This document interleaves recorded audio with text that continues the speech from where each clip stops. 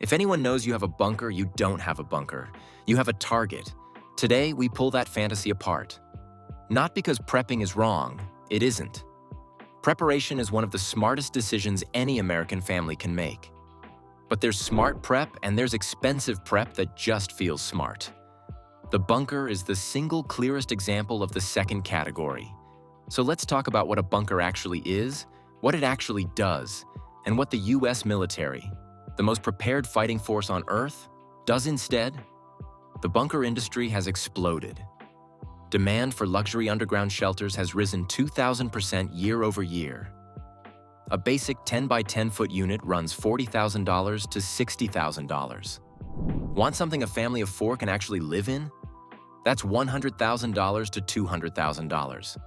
Want the full package? A multi-floor underground compound with a pool, a shooting range, and a cinema? That'll be $3 to $4.5 million per floor. You can understand why it sells. The pitch is seductive. You go underground, you close the door, the world burns above you, and you emerge unscathed. It's the ultimate insurance policy. Control in a world that feels increasingly out of control. Emotionally, it makes perfect sense. But emotionally satisfying and operationally sound are two completely different things. When you stress test a bunker the way a military planner would, when you run it through every realistic failure scenario, 6 critical vulnerabilities appear. Any one of them is enough to kill you. All 6 showing up at once, which they often do, is a death sentence. Let's go through them one at a time. The first one is the most obvious and somehow the most overlooked. A standard bunker has one entrance, one door, one point of entry and exit. In military terms, that is not a defensive position. It is a trap. Debris from a blast, a collapsed structure, a flood surge, or heavy soil movement from seismic activity can jam that door permanently shut. Outward opening blast doors are especially vulnerable because the soil itself becomes the obstacle. The same earth you thought was protecting you is now sealing you in. When the door fails, you don't have a shelter anymore. You have a coffin. Here's what makes it worse. You cannot fix it from inside. Second vulnerability, the air. Most preppers think the danger is running out of oxygen. That's not actually how you die first. The real killer is CO2 buildup, and it's invisible and deceptive in the worst way.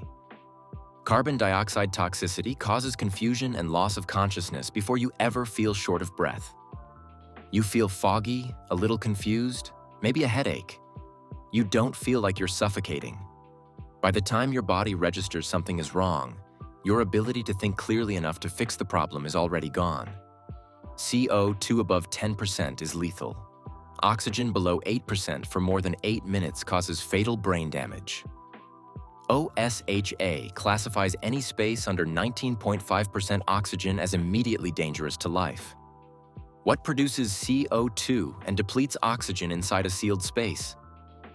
Everything you need to survive. Your generator, your camp stove, your body heat, your family breathing. Without industrial-grade, continuously maintained CO2 scrubbing systems, a sealed bunker with people and equipment inside turns toxic in hours. Not days, hours. The third thing that will kill you is water. Not from thirst, from the outside in. Any bunker built below the water table, and many are, or near a floodplain or in a region with sustained heavy rainfall, will flood without professional-grade waterproofing that gets regularly maintained. DIY builds fail at this routinely. Budget builds fail at this routinely. Even expensive commercial builds have documented water intrusion failures. You won't discover the problem until you are already inside and the water is already rising. Sealed, one entrance, rising water. You can finish that sentence yourself. The fourth vulnerability is one the industry conveniently never advertises. A bunker is not self-sustaining. It never was. Your food runs out. Your water supply runs out. Your generator fuel runs out. Your air filtration media needs replacement. Your medications expire. Every one of those logistics tails extends outside the sealed space. which means at some point someone has to go out and come back in. The moment you crack that door for resupply, you expose everything inside to whatever threat exists outside. The bunker creates an illusion of self-sufficiency while making you entirely dependent on a supply chain that the disaster itself has just destroyed. Now here is the vulnerability that stops people cold when I explain it. The psychological one. In 1958, a psychologist named Donald Hebb ran a study. He put healthy, well-fed volunteers in a comfortable, well-stocked room and told them to stay. Not a dark room, not a punishment cell, a comfortable, climate-controlled room with everything they needed. Within hours, subjects were restless and agitated. Within 24 hours, cognitive function was measurably declining. Within 48 hours, they were hallucinating. Not one single volunteer completed the full week. Not one. Isolation does that to the human mind. That same year, the Disaster Research Group at the National Academy of Sciences documented depression, personality disturbance, and concentration failure in individuals held in underground isolation. Decades of solitary confinement research confirm the same trajectory. Deterioration of impulse control, paranoia, rage, hallucinations, all emerging within days, not weeks. Now imagine that's not just you. It's your spouse, your kids, all of you in a 10 by 10 room, under stress, running low on supplies, unsure what's happening above ground. The psychological breakdown is not a risk. It is a predictable outcome with a documented timeline. Cognitive failure happens before the food runs out. It happens before the air filtration system fails. The mind goes first. The sixth vulnerability starts before you ever set foot in the bunker. Every contractor who poured that concrete slab knows where it is. Every delivery driver who brought materials to the build site knows. Every neighbor who watched the excavation equipment roll in. Every person you told because you were proud of it. Every prepper YouTube comment you ever posted. Every forum thread. In a stable society, that information sits dormant. In a breakdown scenario, it becomes the most valuable thing a desperate group of people can have. The location of a known, stocked shelter belonging to a single family is not a defensive position in a crisis. It is a raid target.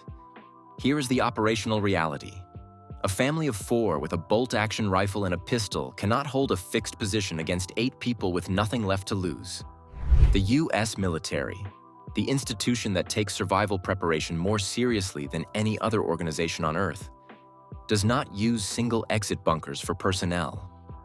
Military doctrine mandates multiple egress routes, dedicated, tested air filtration systems, pressure testing, regular maintenance schedules, dispersed positioning, redundant communication, standards that no standard civilian bunker build comes close to meeting. The military grasped something the prepper industry would rather you didn't think about. A fixed, known, single egress position is not a defensive asset. It is a liability. So what does actually work? First, decentralized caching. Instead of one big stash in one underground room, military special operations units spread supplies across multiple hidden locations along planned movement routes. One cache gets compromised. You still have 4 others. Your survival plan has no single point of failure, because no smart operational plan ever does. Second, skills. Medical training, water purification, food production, navigation, small unit tactics. Skills can't be stolen from you. They can't run out. They don't fail because a door gets jammed. The person who knows how to filter water, set a bone, grow food, and move quietly through uncertain terrain will outlast the person sitting in a $200,000 room watching their supplies count down. Third, community. The 2020 NIH research on disaster survival is unambiguous. Survivors with established social networks consistently outperform isolated individuals with more resources. Every time. Selco's first-hand experience confirms the research. The people who survived were not the best equipped. They were the best connected. Fourth, mobility. Pre-planned routes, fuel caches, maintained vehicles, rally points that your trusted group has practiced reaching. You cannot outmaneuver a crisis if you are bolted to a fixed location. And fifth, maybe most important for the early phase of any breakdown, the gray man. The person who looks like everyone else, who doesn't advertise their preparation, their supplies, or their location, who blends into the environment rather than standing out as the neighborhood prepper. The gray man doesn't get visited first. The known prepper house does. Now let's talk dollars, because this is where it gets concrete. $50,000 spent on a bunker gets you a 10 by 10 room, capacity for 2 to 3 people, roughly a 30-day water supply, basic air filtration, and one door. One point of failure. One way in and one way out. $50,000 spent differently gets you a 1-year food supply for a family of 4, off-grid water systems, solar power, professional medical training, firearm proficiency training, 3 cached bug-out routes with stocked locations, and the beginning of a real community resilience network. Multiple survival paths, full redundancy, no single point of failure. Same money, completely different odds. A bunker is not the endpoint of smart preparation. It's the shortcut that skips everything that actually matters. The skills, the network, the mobility, the redundancy, the discipline to never become a known target. That is what keeps people alive. Not a sealed room with one door and a 30-day countdown clock. The US government spent billions building fallout shelters.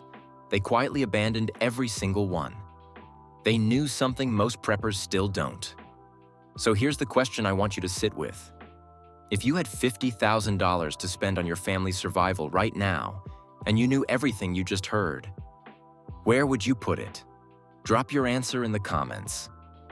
I'm genuinely curious how this community thinks through that trade-off, and I read every response. If this changed how you see the bunker conversation, share it with the prepper in your life who needs to hear it.